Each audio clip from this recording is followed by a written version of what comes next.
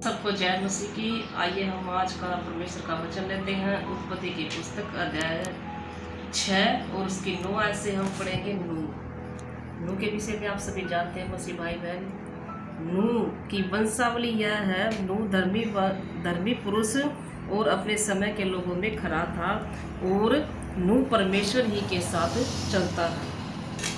यहाँ पर क्या है, नूह के विषय में जो परमेश्वर का खरा दास था उसके विषय में बताया गया है। नूह धर्मी पुरुष और अपने समय के लोगों में खरा था और नूह परमेश्वर के साथ साथ चलता है। क्या यहाँ पर परमेश्वर की आज्ञा तोड़ी? नूह ने नहीं तोड़ी। तो परमेश्वर क्या है, नूह के ऊपर परमेश्वर की दया थी, क्योंकि परमेश्वर क्या चाहता है? पवित्रताई और खरा। और नूह ने और परमेश्वर ने क्या, नूह से अपनी महिमा ली। उस समय पृथ्वी परमेश्वर की दृष्टि में बिगड़ गई थी और उपद्रव से भर गई थी। परमेश्वर की दृष्टि में क्या, पृथ्वी बिगड़ गई थी। परमेश्वर के लोगों, आज देखो पंजाब के अंदर बहुत भी बड़ी बाढ़ आई है। अब जो परमेश्वर के चिन्ह वो प्रकट होने लग रहे, क्योंकि हम उसकी महिमा नहीं करते। हम नूह की तरह पवित्रताई में नहीं, नूह की तरह खराई में नहीं। परमेश्वर ने नूह को बचाया और परमेश्वर ने पृथ्वी पर जो दृष्टि की तो क्या देखा कि वह बिगड़ी हुई है, क्योंकि सब प्राणियों ने पृथ्वी पर अपना जहाजन बिगाड़ दिया। परमेश्वर लोगों जो भी विपत्ति आते हैं तो बहुत दुख होता है। अब देखो पंजाब के अंदर बाढ़ आई है, बहुत बड़ी विपत्ति आई है, क्योंकि लोगों ने क्या, पृथ्वी के अंदर अपना जहाजन बिगाड़ दिया। इसलिए जब परमेश्वर का क्रोध उठता है तो क्या है, भूकंप आते हैं, बाढ़ें आती है, विपत्ति आती है। उत्पत्ति के अंदर आप देखेंगे परमेश्वर ने 10 विपत्तियां भेजी, कहीं पर ओले भेजे, कहीं पर बरसात हुई, कहीं पर 13 आयत से हम फिर पढ़ेंगे। तब परमेश्वर ने नूह से कहा, सब प्राणियों के अंत करने का प्रश्न मेरे सामने आ गया, क्योंकि उनके कारण पृथ्वी उपद्रव से भर गई, इसलिए मैं उनको पृथ्वी समेत नष्ट करूंगा। अब पूरा पंजाब क्या तहस नहस हो रहा है, नष्ट हो रहा है। क्या परमेश्वर की क्या है, अग्नि क्रोध की ज्वाला भटक रही है, क्योंकि लोग उपद्रव से भर गए हैं, पाप से भर गए हैं। सारी पृथ्वी पाप से भर गई, इसे चिन्ह प्रकट होने लग रहे। परमेश्वर का सर्वाधिकार है, इसलिए परमेश्वर के लोगों, परमेश्वर के नजदीक आओ जैसे नूह आया, क्योंकि नूह परमेश्वर के संग चला। इसलिए मैं उनको पृथ्वी समेत नष्ट कर डालूंगा। इसलिए तू गोपेर वृक्ष की लकड़ी का एक जहाज बना ले, उसमें कोठरियां बनाना और भीतर बाहर उस पर राल लगाना। इस ढंग से तू उसको बनाना। जहाज की लंबाई 300 हाथ चौड़ी। यहाँ पर क्या, परमेश्वर ने क्या, 14 आयत में क्या, नूह से कहा तू क्या है, गोबर वृक्ष का जहाज बना और उसमें क्या, सब भांति के तू वृक्ष की लकड़ी का एक जहाज बना ले और उसमें कोठरियां बना और उसके बाहर भीतर राल लगा और उसके अंदर तू क्या, सब जंतु पशु पक्षियों को क्या है, उसके अंदर भर ले। तो नूह ने क्या है, ऐसा ही किया। इस ढंग से तू उसको बनाना। तो परमेश्वर की वो आज्ञा में चला। नूह ने क्या है, ऐसा ही किया और उसने जहाज बना दिया। और प्रभु के लोग आप पढ़ेंगे हम जल प्रलय 7 अध्याय 7 से। तब यहोवा ने नूह से कहा, तू अपने सारे घराने समझ जहाज में जा, क्योंकि मैंने इस समय के लोगों में केवल तुझी को अपनी दृष्टि में धर्मी पाया। देखो यहाँ पर क्या है, परमेश्वर ने नूह को क्या कहा, क्योंकि तू क्या है, अपने सारे घराने समेत जहाज में जा, क्योंकि मैंने इस समय के लोगों में केवल तुझी को अपनी दृष्टि में धर्मी पाया। तब यहोवा ने नूह से कहा, तू अपने सारे घराने समेत जहाज में जा, क्योंकि मैंने इस समय के लोगों में से केवल तुझी को अपनी दृष्टि में धर्मी पाया। धर्मी क्यों गिना गया? क्योंकि नूह ने परमेश्वर की आज्ञा का पालन किया। जरा अपना आपको जांच कर देखें, क्या हम परमेश्वर की आज्ञा का पालन कर रहे हैं? कितना बड़ा जल प्रलय आ रहा है, क्या हम वहाँ पर सेवा का मौका उन लोगों को दे रहे हैं? क्या उनके लिए हम प्रार्थना कर रहे हैं? क्या उस बाढ़ को रोक रहे हैं? जब चेलों के साथ परमेश्वर जा रहे थे और जब हवा का जब तूफान आया तो क्या है, परमेश्वर ने उस तूफान को डांटा और चेले सो रहे थे। चेलों ने क्या परमेश्वर से कहा, हे परमेश्वर, हम क्या है, डूबने को जा रहे हैं, हमें बचा। तो परमेश्वर ने उन्हें डांटा और परमेश्वर ने क्या है, उस तूफान को क्या है, रोक दिया और तूफान वहीं पर रुक गया। क्या आज हम उन बाढ़ वाले लोगों के लिए प्रार्थना करेंगे? क्या वो बाढ़ रुक नहीं जाएगी? वो रुकेगी, क्योंकि परमेश्वर क्या है, बाढ़ को रोकने की भी सामर्थ्य रखता है। जब परमेश्वर ने इतने अद्भुत चमत्कार किए, मृतों को जिलाया, इतने बीमारों को उसने चंगा किया, क्या वो बाढ़ को नहीं रोक सकता? जब उसे समुद्र पर पानी पर चल के दिखा दिया, क्या वो इस समुद्र को नहीं रोक सकता? इस बाढ़ को नहीं रोक सकता? वो हमारा महिमा में प्रतापी राजा है, क्योंकि उसके द्वारा सब कुछ बनाया गया है। लेकिन हम क्या है, बिगड़ गए, उसकी दृष्टि को बिगड़ गए।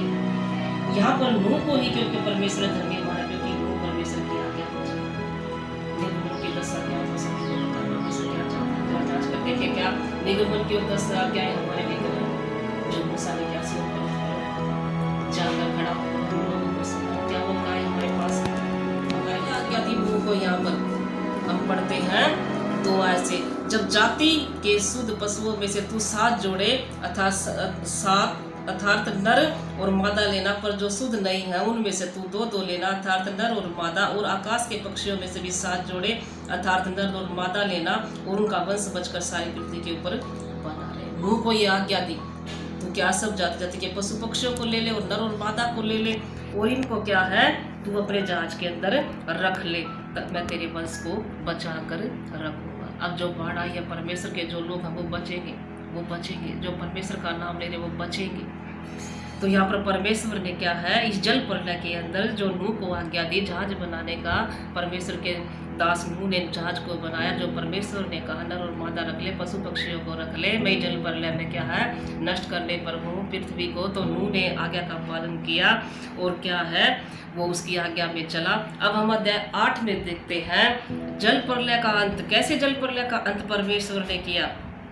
परंतु परमेश्वर ने नूह और जितने बनेले पशु और घरेलू पशु उसके संग जहाज में थे उन सबों की सुधि ली। यहाँ पर क्या परमेश्वर ने जल को क्या है मिटा दिया, खत्म कर दिया, जल को अंत कर दिया जल का। क्यों किया जल का अंत? क्योंकि नूह क्या उसकी आज्ञा में चला। पहले जल प्रलय आया 7 अध्याय में, फिर क्या 8 अध्याय में आया जल प्रलय का अंत। क्या यहाँ नूह को डुबोया? परमेश्वर ने नहीं डुबोया, क्योंकि वो उसकी आज्ञा में चला। जिसके अंदर परमेश्वर की आज्ञा है वो नहीं मरेगा, जीवित रहेगा। जो उसके नाम का कार्य करेगा, उसकी आज्ञा में चलेगा, वो जीवित करेगा और उस जीवित रहेगा, और परमेश्वर से जीवित रखेगा। परंतु परमेश्वर ने नूह और जितने बनेले पशु और घरेलू पशु उसके संग जहाज में थे उन सबों की सुधि ली। क्या ली? सुधि ली।